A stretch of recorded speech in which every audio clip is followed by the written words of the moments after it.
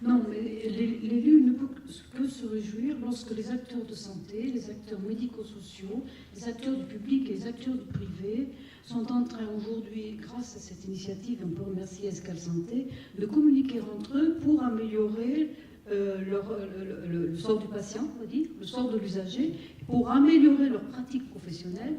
Et ça, c'est quelque chose qui ne peut que réjouir les élus. Et je reviendrai tout à l'heure sur les projets de territoire, peut-être que je peux en dire un mot, sur le projet Silver sur Gironde. Voilà, donc aujourd'hui, les élus du Grand Sud-Gironde, on va dire, depuis Cadillac, Podinsac, Bazas, Capsieux, La Réole, Montségur, même Sauveterre et donc Langon, se réunissent aujourd'hui pour travailler ce qu'on a appelé la politique de Silver Economy, c'est-à-dire une politique de maintien à domicile. Alors pourquoi ?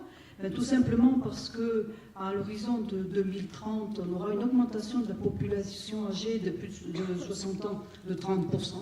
Nous sommes sur un tsunami du vieillissement, avec des ruptures économiques qui vont se produire, puisque le nombre d'actifs va baisser et le nombre d'inactifs va augmenter, donc il va falloir déjà financer cela. Et que nous allons avoir une grande rupture aussi démographique et épidémiologique. Vous avez parlé tout à l'heure du suivi des cas complexes. Nous vivons heureusement plus longtemps avec des maladies chroniques et il faut se coordonner parce que les patients sont porteurs de plusieurs maladies. Résultat, notre système, il est inadapté à ces nouvelles prises en charge. Et donc les élus de territoire sont en train de se mobiliser autour du maintien à domicile. Et donc aujourd'hui, vous êtes les acteurs du maintien à domicile. Donc vraiment, félicitations pour le décloisonnement et pour les échanges qu'il y a pour mettre en place de nouvelles coopérations. Alors, le projet Silver Sud-Gironde, il s'appuie sur 3 piliers. Le premier pilier, il n'y a pas de maintien à domicile, il n'y a pas un domicile adapté, tout le monde l'aura compris. Le deuxième pilier, c'est l'humain. Il n'y a pas de maintien à domicile s'il n'y a pas les bonnes personnes pour aider les patients ou les personnes âgées, mais aussi les aidants.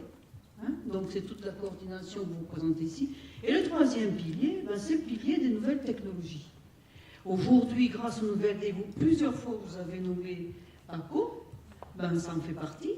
Les nouvelles technologies, elles permettent aujourd'hui de garder à domicile des patients qu'autrefois on ne pouvait pas laisser chez eux parce qu'on n'avait pas les moyens de les surveiller. Et les équipes de soins ont aujourd'hui des outils qui leur permettent de s'appuyer sur la technologie pour garder le patient. Mais encore une fois, sans les 3 piliers, le domicile, les ressources humaines suffisantes et compétentes, y compris aidants familiaux ou assistants de vie qui doivent être formés, qui sont les yeux et les oreilles de tout le système, les personnes qui sont à côté des patients.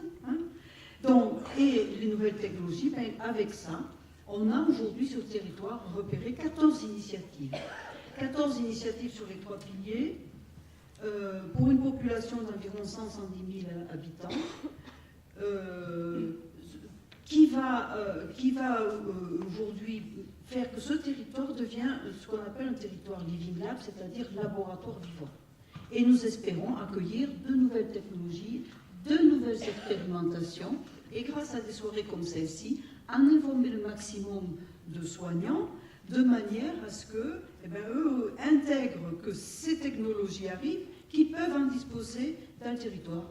Et donc les élus, qu'est-ce qu'ils font ? Ils essaient, en s'appuyant sur ces forces vives, de proposer des nouvelles formes de financement pour financer ces expérimentations qui sont quand même le nerf de la guerre.